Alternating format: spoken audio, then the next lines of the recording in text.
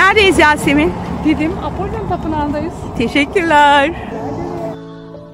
In a perfect world, you're with me. In a perfect world, you love me. I can dream, and I'm sure I'm hurting no one. I can lean on the hope that you're that someone who always wanted me and always longed to be in a perfect world. Neredeyiz Yasemin? Didim Apollon Tapınağı. Tebrikler. Hala bıkmadın bu sorudan. Bu soruyu cevaplamaktan. Asla. Evet, Didim Apollon Tapınağı'ndayız. Günlerden Cuma. 6'sı mı ayın? 6 Ekim 2023. In a perfect world, in a perfect world, in a perfect world. İnsanoğlunun binlerce yıldır karşı koyamadığı geleceği merak etme duygusunun adeta taşlaşmış hali olan Apollon Tapınağı'ndayız. Apollon Tapınağı Aydın'ın turistik ilçesi Didim'de.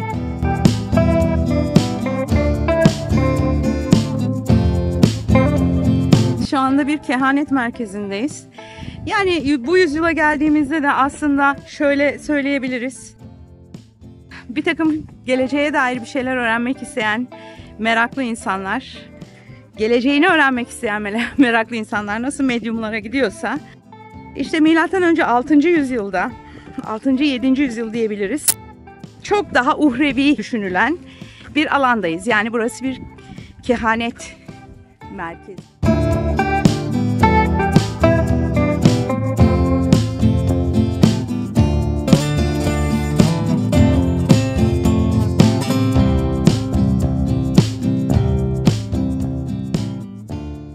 Türkiye'nin dört bir yanında binlerce yıllık tarih gizli. Bunlardan birisi de görünce insanı gerçekten çok büyüleyen, etkisi altına alan Didim'deki Apollon Tapınağı. İonya sahili üzerinde yer alan Didima, Miletoslular için kült merkeziymiş zamanında. Didima'nın içinde yer alan Apollon Tapınağı sebebiyle Delfi'den sonra dönemin en ünlü kehanet yerlerinden birisiymiş. Didim yani Didima, antik çağda hatırı sayılı bir üne sahipmiş.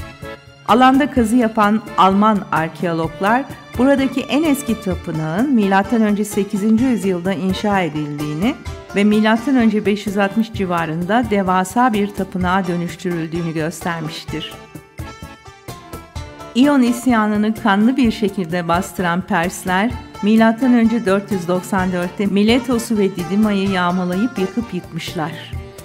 Bu saldırı sırasında tapınağın kült Apollon heykeli İran'daki modern Hemedan kasabasına götürülmüş. O zamanki ismiyle Ekbatana'ya götürülmüş. M.Ö. 334'te Büyük İskender'in Persleri yenmesinden sonra İonya şehirleri bağımsızlıklarını kazanmış ve Apollon Tapınağı'nın yeniden inşası için çalışmalara başlanmış. Pekala Didima neden önemli bir dini merkezdi? Efesos'ta Artemis Tapınağı, Didima'da ise Artemis'in ikiz kardeşi Apollon'un tapınağı.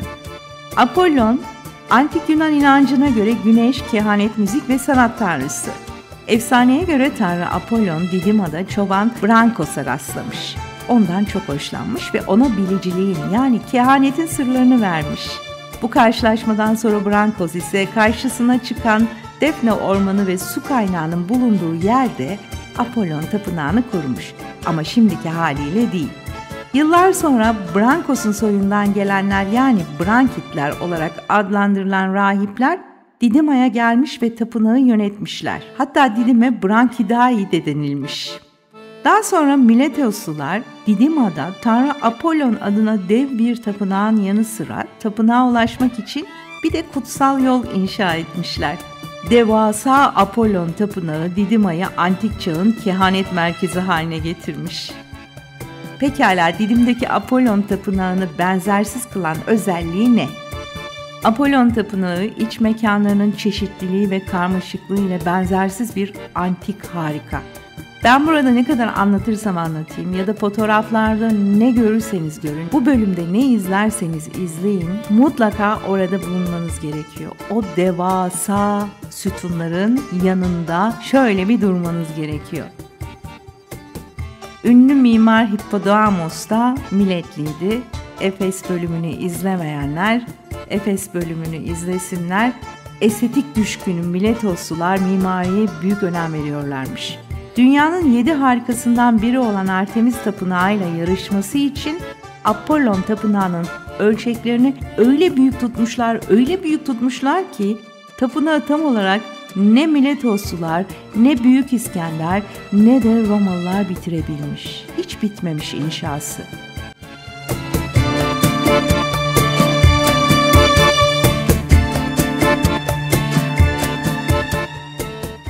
Evet, M.Ö. 6. 7. yüzyıla konumlanan gördüğünüz bu Apollon Tapınağı inşası hiçbir zaman bitmeyen tapınaklardan bir tanesi.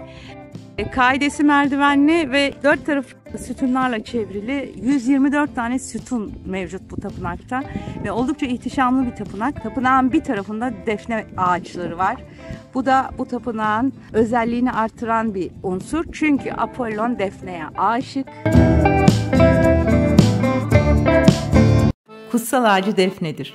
Çünkü Apollon Dafne'ye aşıktır. Peşinden ısrarla koşmuştur. Mitlerdeki bazı anlatımlarda Dafne bakire kalmayı yemin ettiği için Apollon'dan kaçar. Apollon'un kız kardeşi Artemis'ten kendisini saklamasını ister. Artemis de Dafne'yi bir ağaca dönüştürür ve onu gizler. Diğer bazı anlatımlar ise Eros'un karıştığını anlatan bir hikayedir.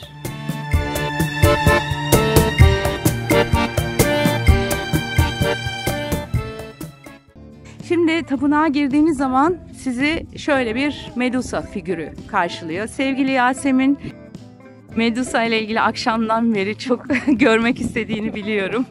Çok görmek istiyorum. Bir de Evet. yere bakan sarnıcındakini çok istiyorum. Evet, Türkiye'de 2 tane, aslında Türkiye'de çok var ama ikisi çok önemli. Özellikle izlediğim belgesellerde bunları görmüştüm. Kesinlikle. İlki burası, bu Medusa figürü. İkincisi de Yasemin'in de söylediği gibi İstanbul'da Yeri Batan Sarayı'nda ters duran Medusa figürü.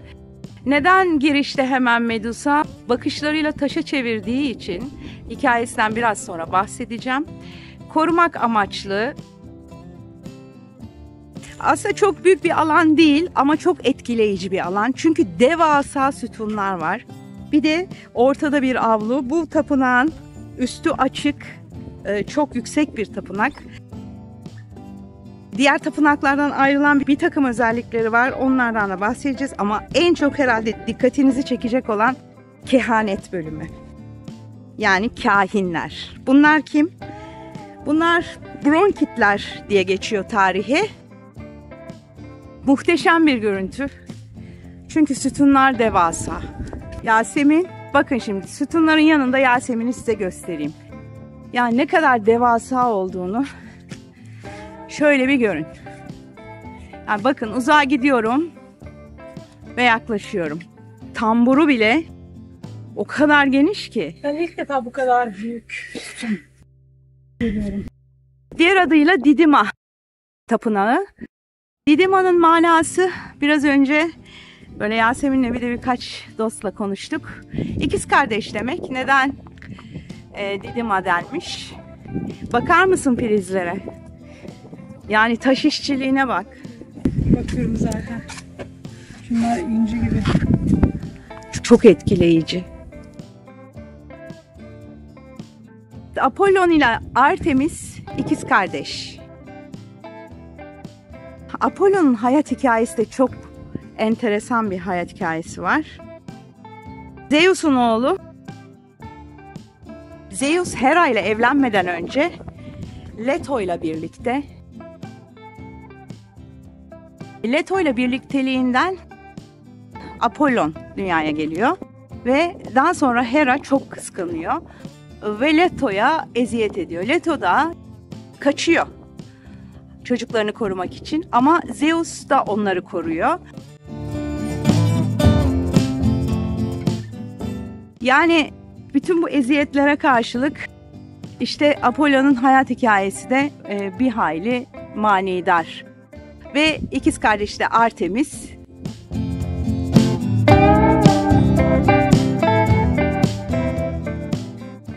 Buraya niye Didima denmiş?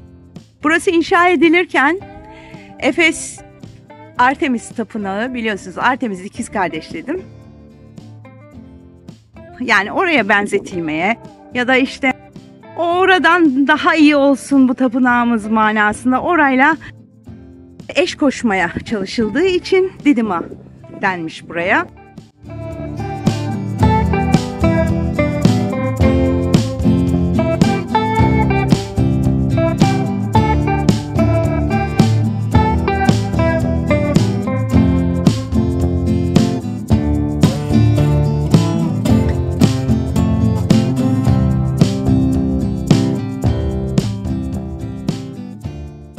Çok geniş bir alan değil çünkü burası bir antik şehir değil.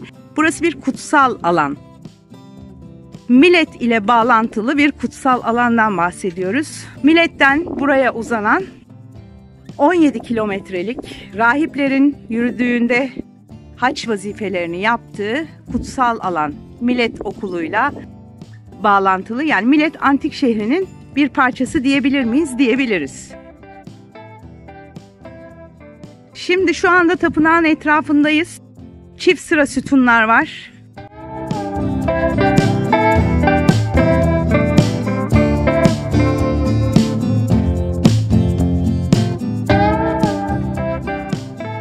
Her sene Didima'da büyük dini törenler düzenlenirmiş. Nisan-Mayıs ayı ortalarında Miletos'tan Didima'daki ayine katılmak için oluşan konvoy, dini törenlerle ve ilahilerle istasyon denilen noktalarda molalar vererek 4 günde Didima'ya ulaşıyormuş zamanında. Didima'ya girmeden önce tapınağın hemen yanındaki Artemis kutsal alanında bekliyorlarmış. Kutsal yol 24 kilometre uzunluğunda ve 6 metre genişliğindeymiş. Günümüzde kutsal yolun çok büyük bir kısmı toprak altında kalmış. Bu kutsal yolun iki yanı Brankos ve aslan heykelleriyle çevriliymiş. Ne yazık ki 1858 yılında Newton adlı bir İngiliz bu heykellerin çoğunu British Museum'a götürmüş. Apollon Tapınağı, Artemis Tapınağı'ndan daha görkemli olması amacıyla inşa edilmiş. Kült heykelin bulunduğu iç kısım olan Naos ya da Sella alanı ise 53'e 21 metre ebatlarında. Tapınak 19,5 metre uzunluğunda, bazı kaynaklarda 124 diye geçiyor, bazı kaynaklarda 120 diye geçiyor. Biz ortalamasında 120 diyelim. 120 adet iyon düzeni sütunla çevrilmiş zamanında. Bugün bunlardan sadece 3 tanesi ayakta.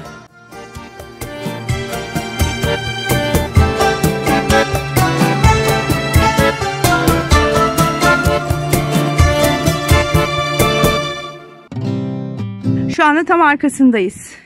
Arka bölümdeyiz. Yani burayı koridor olarak düşünün. Burada sıra sütun var. Burası arka bölüm.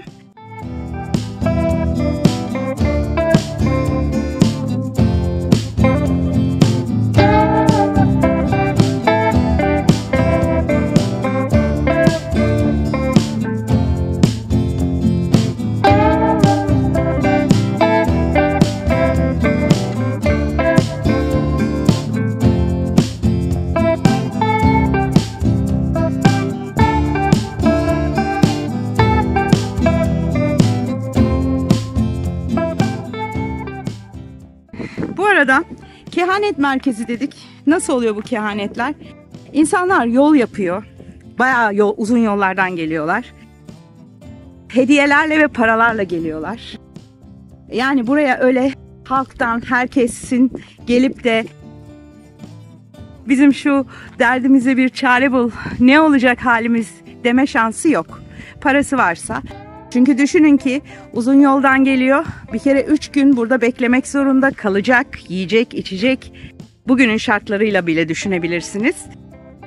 Artı Bronkit rahiplerine para verecek, hediye verecek. Yani Büyük İskender gelmiş mesela 3 gün beklemiş kapıda. Dolayısıyla buraya Geldikleri zaman yüklü geliyorlar. Ve işte özellikle komutanlar, özellikle işte zenginler, ileri gelenler bir savaşa gireceği zaman mesela komutanlar geliyor burada rahiplere soruyor. Bronkit rahiplerine. Bronkit rahipleri içeri giriyor. Biraz sonra içeri gireceğiz. Orada bir kuyu var. Önce yıkanıyorlar.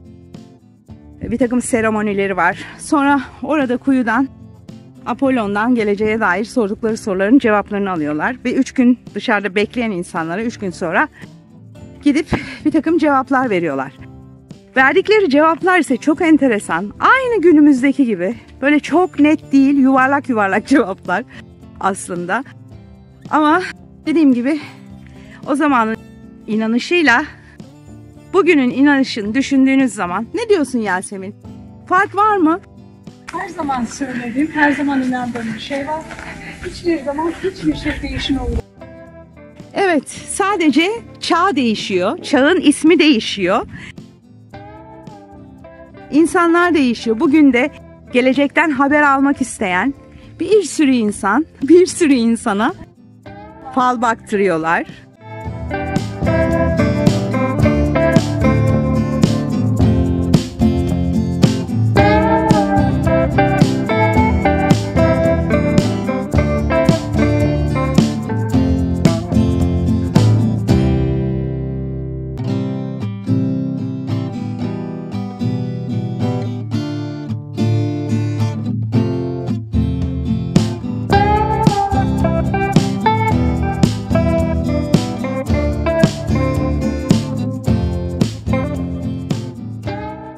Hayır, ya bak o ayakta kalmış.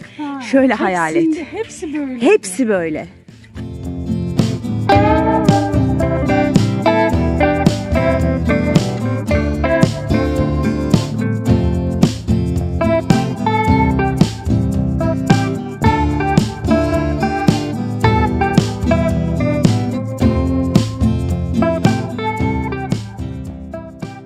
Şimdi şuradan tapınağa çıktınız. 2 sıra sütun geçiyoruz. Burası giriş. Ve normalde tapınak planlarında şöyle söyleyeyim. Buraya geldiniz. 2 sıra sütunu geçtiniz. Bir merdivenle ana bölüme çıkış yapmanız lazım ama bu tapınakta farklı bir şey var. 2 koridorla avluya geçiyorsunuz. Koridorlardan biri. Burası. Biri de karşı tarafta. Biz buradan girip diğer taraftan çıkalım. Şimdi Efes'te gördüğünüz gibi yer döşemesinde ayaklar kaymasın diye bakın tırtıklı yapılmış. Akustik çok güzel bu arada.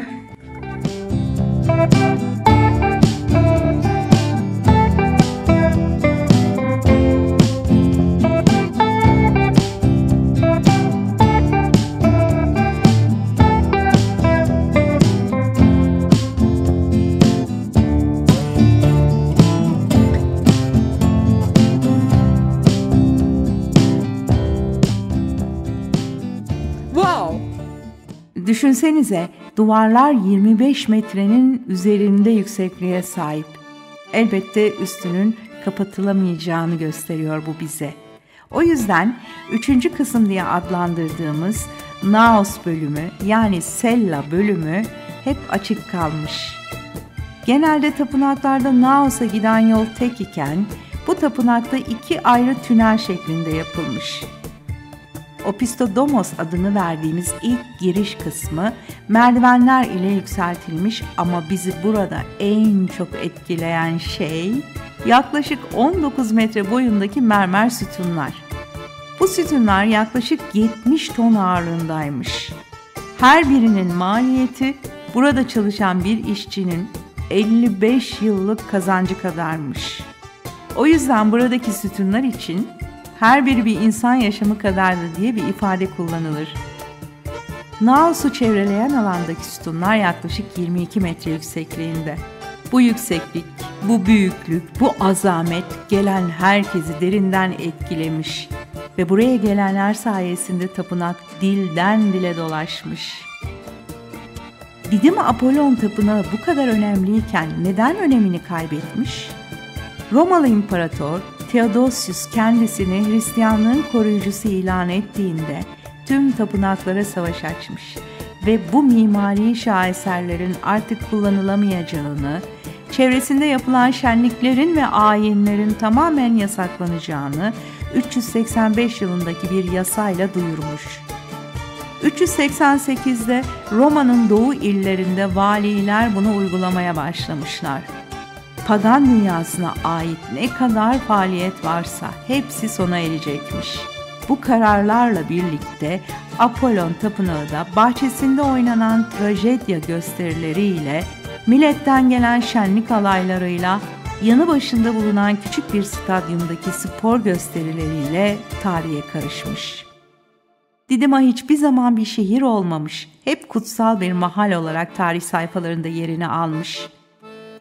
Anadolu'daki Pers yağması olmasaydı ve bu tapınaktaki Bronkit rahipleri Orta Asya steplerine sürülmeseydi, o zaman Helen dünyasıyla birlikte kehanet merkezi Atina Delphi'ye taşınmayacak, klasik çağın en büyük kehanet merkezi Didima Apollon Tapınağı olarak kalacaktı.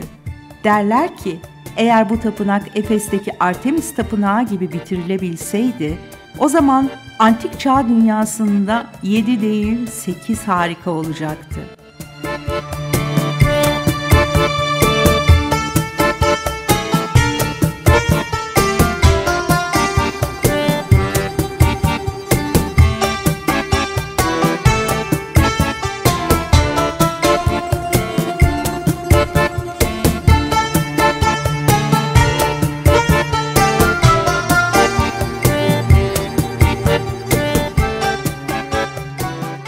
Evet, şöyle şuradan plan şekline de bakabiliriz.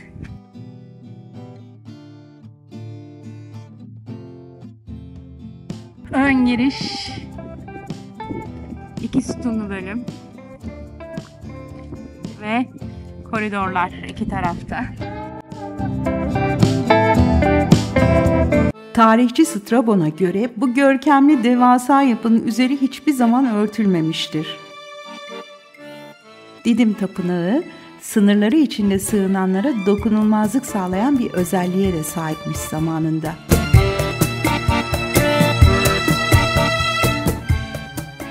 Şuradaki kuyu önemli. Buraya kulaklarını dayayıp bilgileri alıyorlar.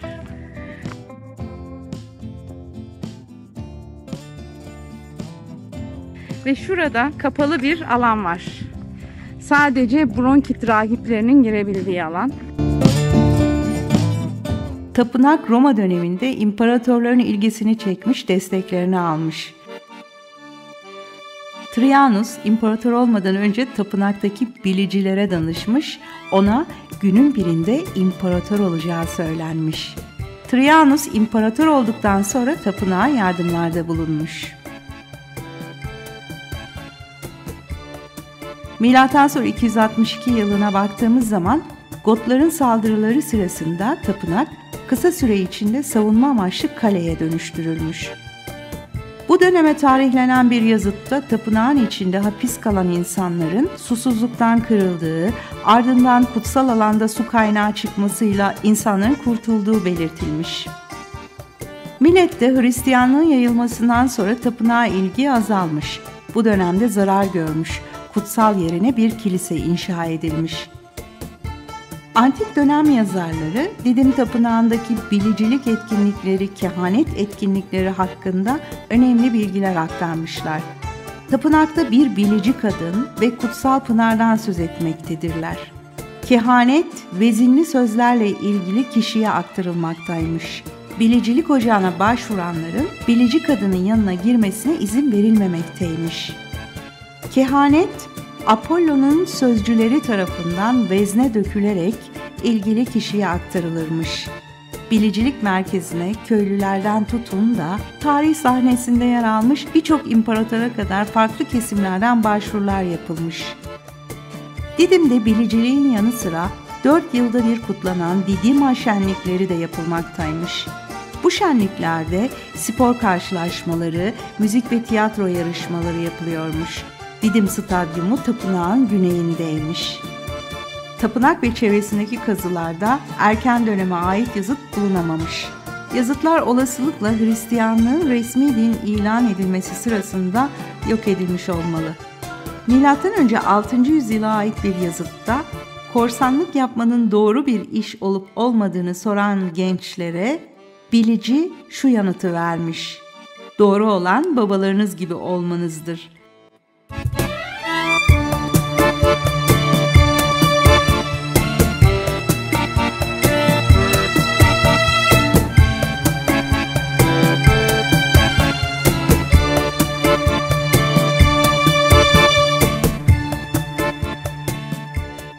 Kutsal yoldan çıplak ayaklarla yürüyen ve ilahiler söyleyerek tapınak alanına gelen hacı, tapınak suyundan arındıktan sonra getirdiği adağı kesip altara bırakır.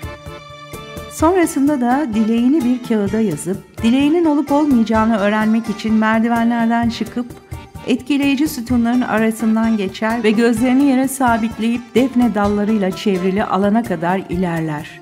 Hacının bu alandan ileriye geçmesi yasaktır çünkü orada Tanrı vardır. Rahip hacının elinden dileğini yazdığı kağıdı alır ve bunu kayıt defterine işler. Kağıdın bir suretini alan rahip esas tapınağa doğru ilerler. 4 sıra sütunlu, geri kalan kısmı taş duvar olan tapınak içinde başrahip bulunur. Başrahibin yanında Apollon'un kutsal ağacı Defne ve bir de keçi vardır. Bu alandan fay hattı geçtiğinden çatlaklardan helyum gazı çıkmakta, dolayısıyla başrahibin şuuru bulanmaktadır. Başrahibin kehanette bulunması için böyle olması gerekir. Eğer başrahibin şuuru açılırsa yanındaki defne ağacının meyvesini yer. Çünkü bu meyve içinde şuuru bulandıran bir madde, yani potasyum siyanat içermektedir. Keçi ise helyum gazının sızıntı miktarını tespit için oradadır. Gaz sızıntısının fazla olması durumunda keçi ölür ve başrahip kendini dışarı atar. Başrahip kehanette bulunduktan sonra dilekte bulunan hacıya bir cevap yazılır. Bu cevap aynı zamanda kaydedilir. Hacı, başta tapınağa girerken ödediği paranın yanında, dileğine karşı aldığı cevap karşılığında da bir miktar bağışta bulunur.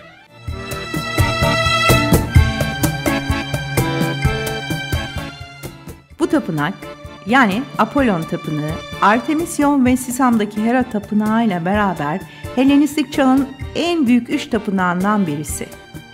Tapınağın ölçülerine baktığımız zaman 109'a 51 metre boyutlarında olduğunu görüyoruz.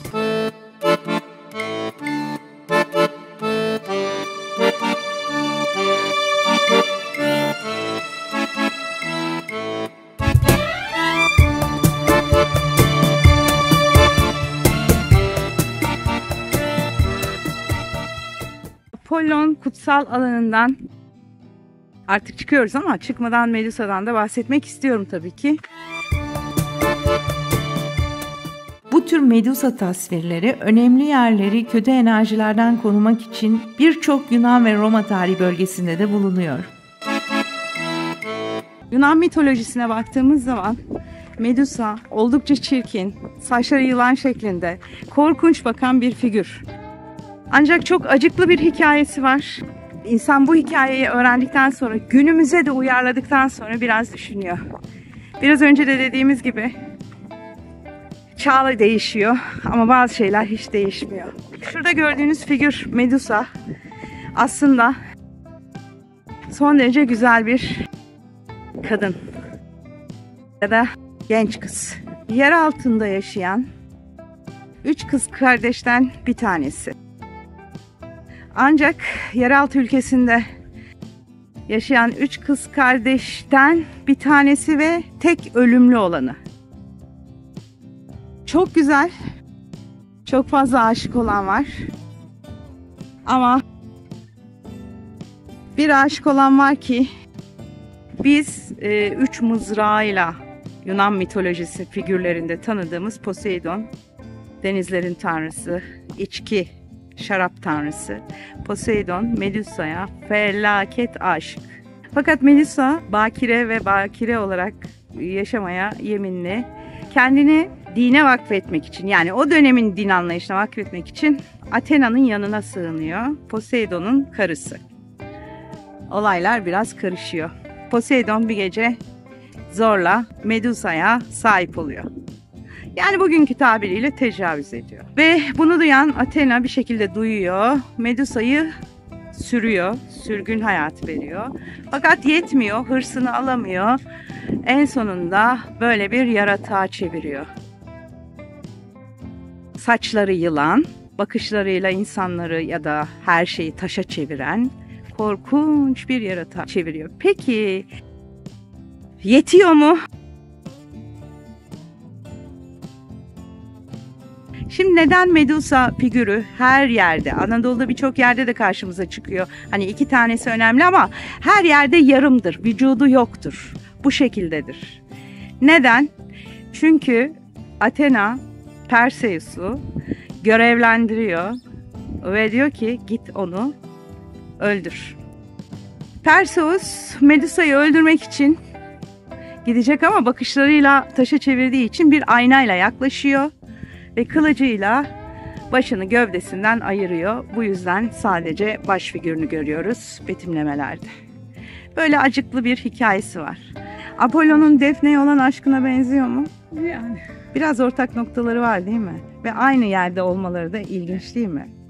Ya bunlar benim fikrim tabii. Şimdi Millet Okulu çok önemli bir okul. Millet Okulu'na buradan 17 kilometre kutsal yolla bağlı, haç yolu da deniyor.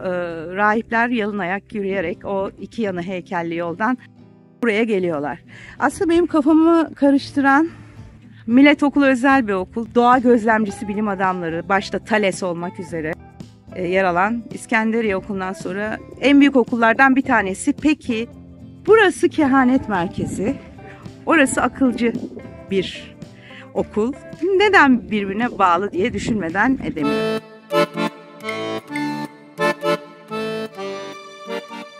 Antik dünyada Apollon Tapınağı ismi Delphi Tapınağı'yla yan yana kullanılmaya başlanmış ve bu sayede tapınak her geçen gün ününe ün katmış. Görkemiyle herkesi etkileyen bu yapının etrafında zamanında adeta küçük bir köy oluşmuş. Gelen kişilerin kalabileceği pansiyonlar, eksiklerini giderebilecekleri küçük dükkanlar vesaire.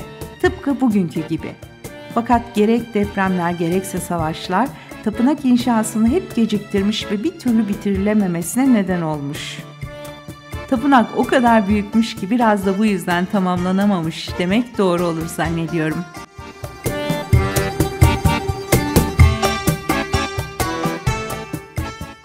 Apollon Didyma Tapınağı'ndan çıktık. Giriş ücreti Ekim 2023 fiyatlarıyla 130 lira. Müze kartınız varsa hiçbir şey ödemeden girebilirsiniz. Müze kartı 2023 fiyatıyla 60 lira. Bence müze ve antik şehir gezmek isteyenler bir müze kartı edinmeli. Up on the stage, you never see the demons I possess. Neredeyiz? Dedim mavi şeydeyiz. Will I hide it? Ya. Hiç vazgeçmiyor. Bir kere de beni azarlamıyor. Can't be denied it. They're inside of me, and I'm really not the person that you see. Up on the stage, you never see the demons I possess. Oh yeah, hiding my rage behind the songs I play where I confess. Oh yeah, it's as if